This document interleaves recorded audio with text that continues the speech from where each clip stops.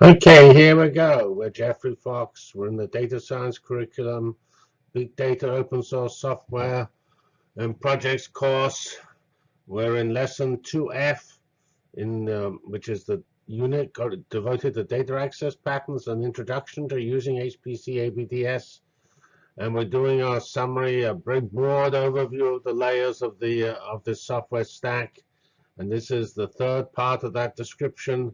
And we have a total of 4 parts, and of course I stress we are going to go into these layers in much greater detail later on in the course. This is just an overview to get you started.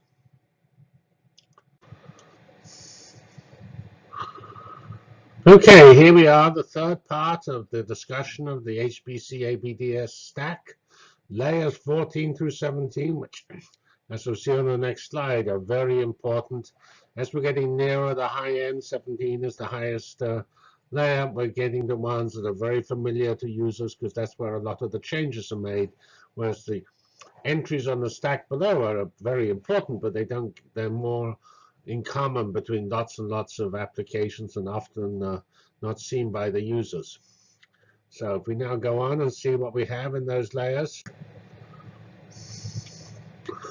Okay, so here we have our favorite 21 layers, and here we're talking now about layers 14 through 17.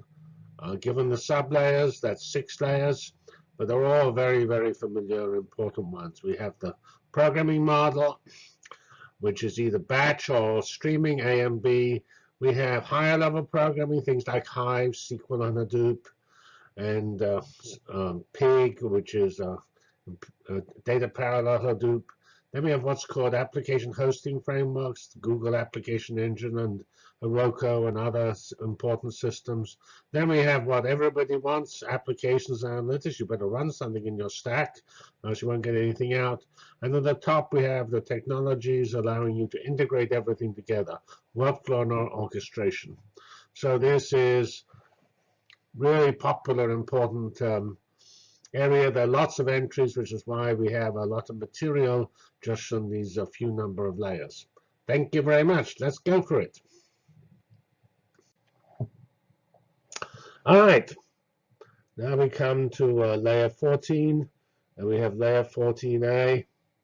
And layer 14A, we have the core basic programming models. And actually, you're going to have something at layer 14, because this is where the computing gets done. You may hide it with a higher level system, but you're likely to have it. So you have Hadoop and Spark, Giraffe. Those are probably the best known systems at this level. And everything on this page is a batch model. The streaming models go on the next page. Although you can use things like Spark, for instance, for streaming, but I didn't get into that detail here. So Hadoop is sort of the granddaddy of all of these. Even though it actually implements programming of a style that was known already, nobody before Hadoop had captured it in such an elegant fashion and bringing parallel computing to the masses. We have a later figure we'll go to, which describes various computing models. Category 1 is map only. Category 2 is map reduce, which is, of course, what Hadoop was built to do. And categories 3 and 4 are iterative problems and graph problems. We have many systems here. They overlap quite a lot with Spark, and the older system, Twister, no longer developed from Indiana University. Stratosphere, which has become Apache Flink, comes from Europe, and Reef comes from Microsoft. That's aimed at machine learning. Flink actually has a lot of capabilities. It doesn't do quite what I would suggest one ought to do, which is to really chop systems up and make certain you only support one layer or even a part of a layer, so we can build things in a modular fashion. Flink seems to have a lot of integrated capabilities. And that's good sort of if you want to use Flink for the rest of your life, but not so good if you want to move around. We also have here Ligra and GraphChai, which are different approaches using shared memory to graph-based programming. Pragle and Giraffe and Pegasus are the more well-known and better developed graph runtimes. Here is this picture we refer to, the 6 programming models, map only. Everything is independent. Map produce a single set of maps, followed by a reduction operation. The reduction then gives the final answer. 2 steps. Iterative map produce. 2 steps, but it's iterative. So if you have n iterations, it's 2 n steps. Because of the iteration, then the time spent in communication and going from stage to stage becomes more important. Here we have layer 4, which you could consider the classic MPI, point-to-point, or what I call map communication. That's actually seen always in simulations where you get a lot of local nearest neighbor type communications, and more generally in graphs where you see something like here where you get a set of points linked together, and that linkage is rather erratic. Here we have map streaming, which is a new type of model, which is really highlighted by the next layer, which is the streaming programming models. You have the brokers, or the publish-subscribe, which we just recently covered. Those buffer data, and then they hand the data to long-running processes. These are long-running processes. These are not long-running because they do their thing and stop. Finally, we have this rather specialized architecture, shared memory, which is needed for some of the very hard graph algorithms which don't parallelize well on distributed memory. Here we have something for the next slide, which is the architecture of Apache Storm, which is just put here. Apache Storm is sort of the poster child for this this whole streaming programming model, and it shows here, actually it's sort of drawn in a different direction from that on the previous slide. Here comes all the data from your devices, all your billions. Remember, there are up to 50 billion devices on the Internet of Things by 2020. Here they are streaming data into your cloud. They buffer them, and then along here we have a whole bunch of data flow like computations, any number, which gather all the data, gather suitable data by inspecting the topics which are registered here. They take the data they want and they process them in these rather general graphs. Then they give answers. Those answers are either sent back to those for further processing or for presentation to the user, back into the message broker system, or they're written out to storage, and you can actually do writing out to storage actually as from the message brokers. That's the usual way you do it. So this is a different programming model. And here we have these streaming models. We mentioned Storm. Storm is very important. It may not be the right answer. I'm sure it isn't because it's relatively new. But it's a pretty interesting answer and it's captured for the first time stream programming, and they articulated that model. Storm involves bolts. These are the equivalent of maps. They call them bolts. They have spouts, which is where the data comes in and out. And they're actually pretty similar. Storm, Samza, and S4 are all very similar. Shradeep Palekar, who used to be a student of mine at Colorado State University, developed a system called Granules, which has some similarities from Storm. Granules, if you like, was the follow-on to Narada Brokering, which we pointed out was stopped being developed about 5 years ago. And Granules, if you like, took over. We have a lot of commercial entries here, DataBus from LinkedIn. Facebook has a whole set of technologies, Puma, PTEL, Scribe, and ODS, which support their internal operation. They do the streaming processing. PTEL captures recent data from the stream, and Puma is the overall architecture. We have Amazon Kinesis, Google Mobile, and Azure Stream Analytics. The streaming services offered to the customers of these Amazon, Google, and Microsoft public clouds. It's interesting to note that none of these systems, I believe, uses Storm. They use their own internal technologies. Because remember what happened. We see this from Apache. We see these open source systems, and every now and then these big companies donate to Apache or just donate to the open source community.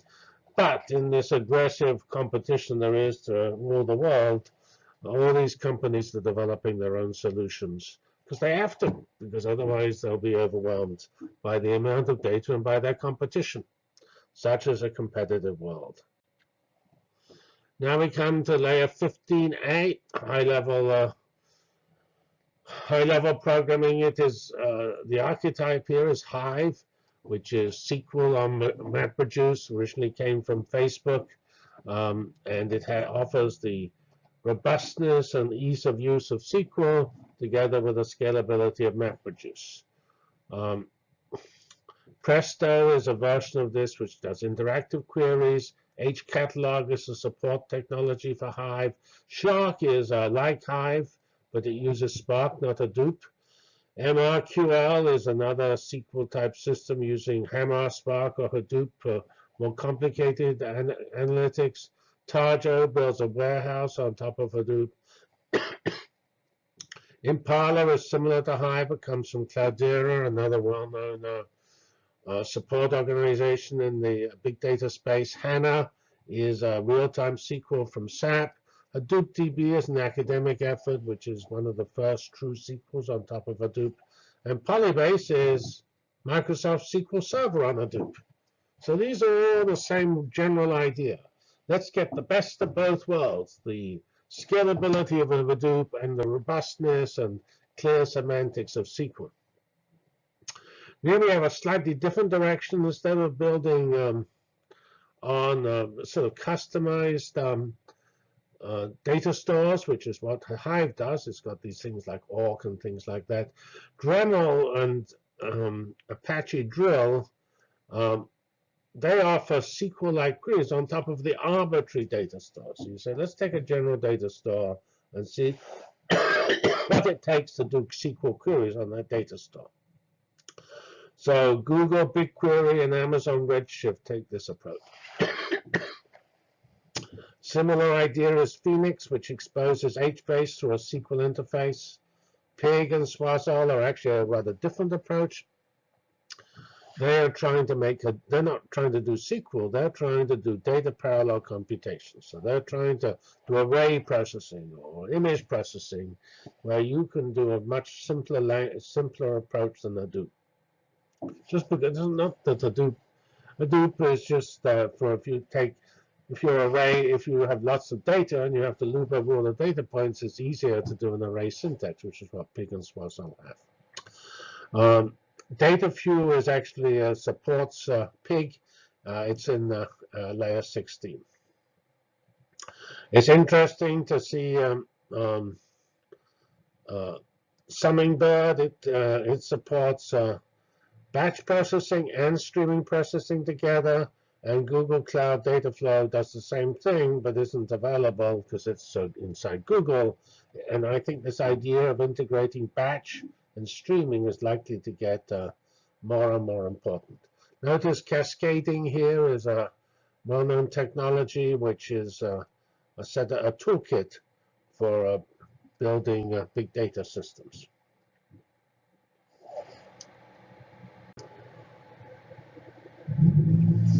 Okay, here we are, layer 15B, back into the fray. This originally wasn't exist. We added it to try to capture what's called platform as a service, which is sort of high level. You provide to the user in some optimized support fashion a custom selection of capabilities, and that customization is offered in various different ways. The most famous system of this type was Google App Engine, which had a very good reputation for, say, supporting small businesses, but didn't seem to do much else. It certainly, businesses cannot do parallel computing. Azure offered a richer platform as a service, and they were the sort of pioneers in this area, but in fact now, Amazon, for instance, offers essentially identical capability to Azure now, as does, in fact, Google is building such a platform on top of the Google compute engine. So you can have now things like the Amazon Elastic Beanstalk, AppScale, AppFog, OpenShift. These all are building capabilities similar to the Google App Engine. Heroku is a pretty useful system. It's got the ability to specify the software you want to support, and it comes from Salesforce, and it's actually, there is a system we'll come to later called Doku, which at the bottom here. Doku does the same as Heroku, but it's not building on virtual machines, but builds on Docker, the containers. Aerobatic is a very specialized system allowing you to develop single web page applications. Cloud Foundry is interesting because it was basically used by IBM to build their Bluemix platform as a service. So it's a core technology allowing you to build platform as a service. It comes from a company called Pivotal, which offers both open source and proprietary versions. So the Google and IBM mix support of open source software like Hadoop and proprietary technologies like Bigtable is offered by Google, Azure Machine Learning by Azure, Dynamo by Amazon, and Cloudant is a core NoSQL technology we mentioned earlier offered by IBM. JElastic is pretty interesting. It's a Java platform as a service of a very general type. If you like, it's a variant of Heroku, but coming from a Java community. It also supports both Docker and hypervisors. Staccato is a system with similar capabilities. It runs on Docker and Cloud Foundry. CloudBees was in this category, but it just switched from offering general platform as a service to focus on the so-called continuous integration field using Jenkins. Engine Yard and Cloud Control, we've already are sort of interesting because they focus not so much on offering a rich set of software, but on managing the software. So they're doing a different type of thing. Monitoring, we already mentioned that at layer 4. Scaling automatically various capabilities. So that's another aspect of platform as a service. So actually, Cloud Control just purchased the so-called .cloud platform as a service offering from Docker, because Docker was called .cloud, was offering platform as a service, and then as part of that, they built the Docker container system, which was, of course, far more popular. So they changed the whole thrust of their company. In this layer, we put in some of these important tool sets, Oxide, HubZero, and OODT, which are used to build general environments for users. Agave is sort of the same flavor, comes from iPlant, biology, computational biology, and it offers science as a service, or at least biology or plant science as a service. And it builds on a so-called Atmosphere cloud services, where they ported some 600 biology packages to that environment. Okay, so we can see this layer has actually a little unclear. It's got a bit of DevOps in it, a bit of orchestration in it, and a bit of programming in it, and a bit of monitoring. So it's sort of a mix of multiple layers. Okay. Here we have layer 16. We divide that into two. This is the application layer, and we start off with the most famous Apache application layer, or I should say, not applications, libraries, especially machine learning libraries, Mahout, MLlib, and MLBase. And they correspond to Hadoop and Spark, and DataFuel is like that, but corresponds to Pig. R is probably the biggest player in this field. It has a huge adoption, especially in specialized communities like bioinformatics, where, for instance, the R library Bioconductor has 936 entries in version 3.0. We have image processing libraries like ImageJ and Java, high-performance libraries like Scalapack and PETSI. PDPR is sort of interesting. It goes along to R and says, well, you don't run as fast as I want you to.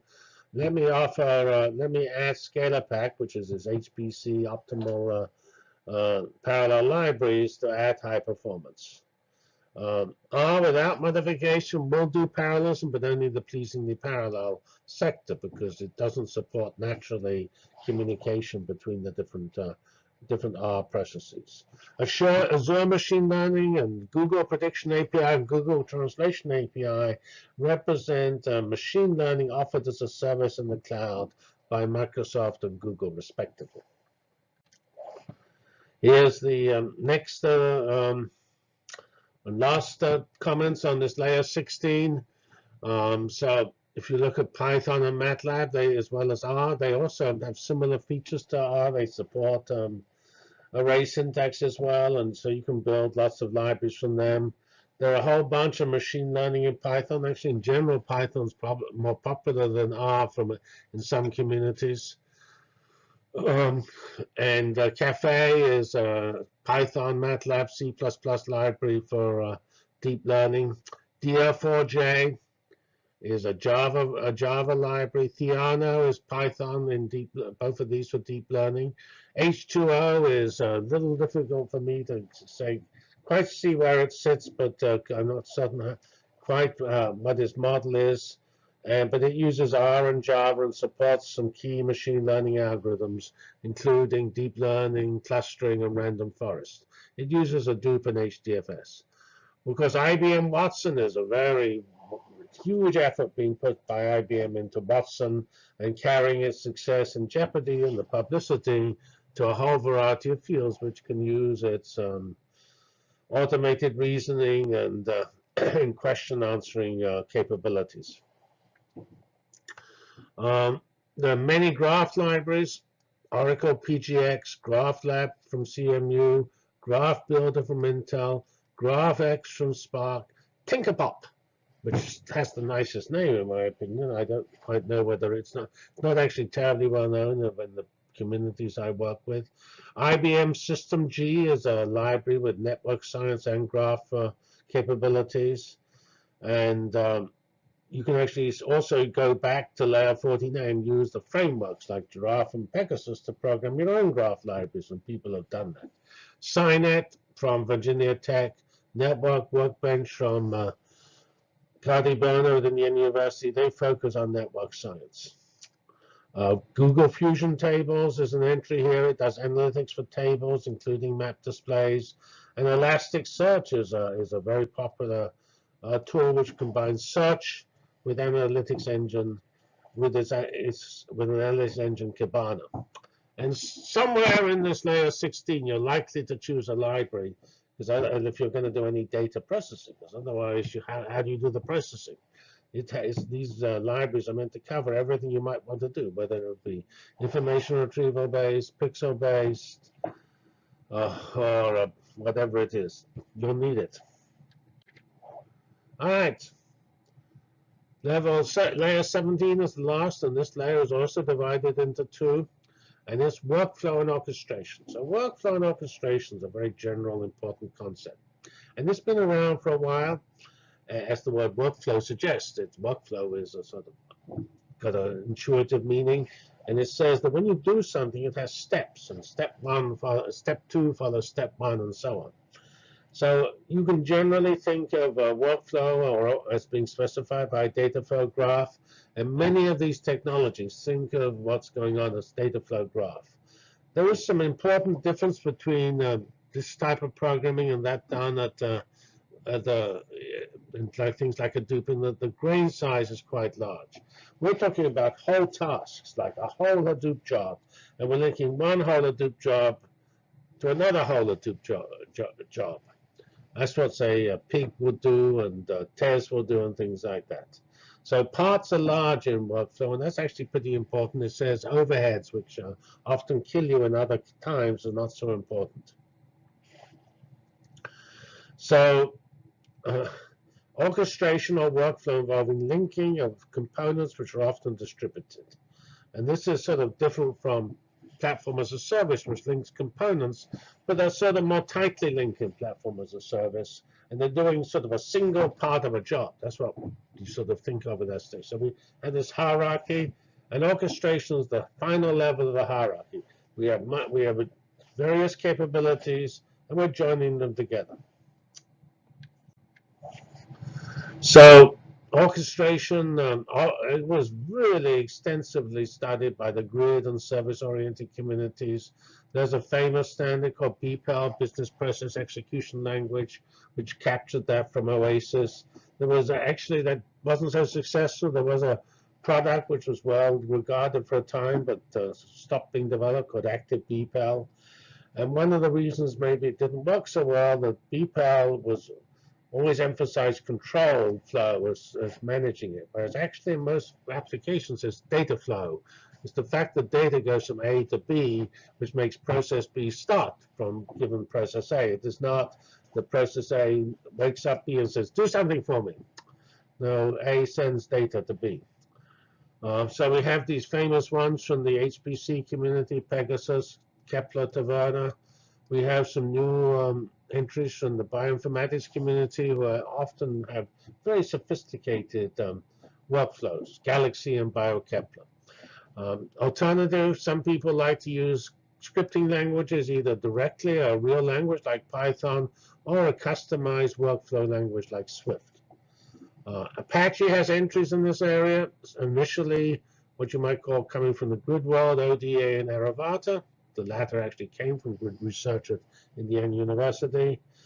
But recently there's been a whole new set of approaches coming from the cloud computing world.